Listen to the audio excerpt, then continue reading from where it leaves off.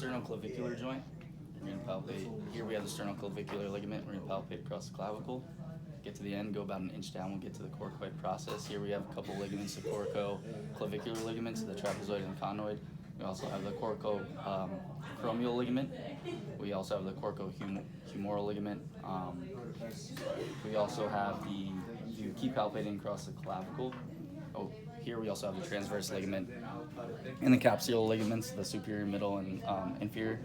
If you keep going across the clavicle, you get to here, where the clavicle meets the acromion. You have the AC joint and the coracoacromial ligament, or acromioclavicular ligament, sorry.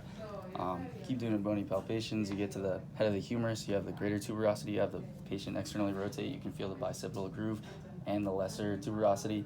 Another bony landmark right down here where the deltoids end. You have the deltoid tuberosity. Coming back up here to where the clavicle meets the acromion, you can palpate the spine and the scapula. Here, above the spine and the scapula, you have the supraspinous fossa, infraspinous fossa below it. If you go to the end of the spine and the scapula, you get to the medial border. You palpate down, get to the inferior angle. Also brings you to the lateral border of the scapula. All right, we're gonna do some manual muscle tests. We're gonna start with the upper traps. Here, I'm trying to break them apart. We'll do the deltoids. Anterior deltoid, good. Middle deltoid, yep. Posterior deltoid. We'll also do the biceps test. Okay, so we'll lie back. We're gonna do more manual muscle tests. We're gonna start them in this position, pull them out, upper fibers of the pec, lower fibers of the pec. We're gonna do pec minor, shoulders raised up, push against, good. Serratus anterior, he's gonna punch up, press down, good. We could also do the triceps from this position, pressing his fist towards me, good. Flip over into your stomach. We're gonna do lower traps, thumb up, good.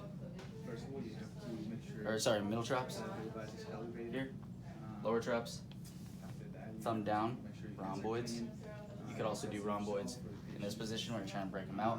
From here, we could also do a specific test for the subscapularis called Gerber's liftoff. We'll have their raise their hand up, good. Also from this position, you do teres major. Don't let me break you out of this position, good. Out and down. We do some rotator cuff stuff, so sit up. So start here. The supraspinatus, infraspinatus, and teres minor all insert into the greater tuberosity. The only rotator cuff muscle that is different is the subscapularis that inserts into the lesser. So we're gonna test teres and infraspinatus here. He's gonna be pressing out, good. For the subscap, okay, which originates in the subscapular fossa. Here, we're trying to pull the patient out of that position. I think lats, so we're gonna lie back. Lats, you have the patient extend their arm, you press down. This is a big muscle that goes from T7, basically all the way down into the iliac crest, the thoracolumbar fascia, and inserts into the floor of the tubercular floor of the humerus. Sorry. Yeah.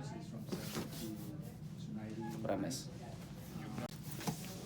And we'll hit the supraspinatus. So thumbs down, hands at 11. No. 10 and 2. Okay. Resist me pushing down.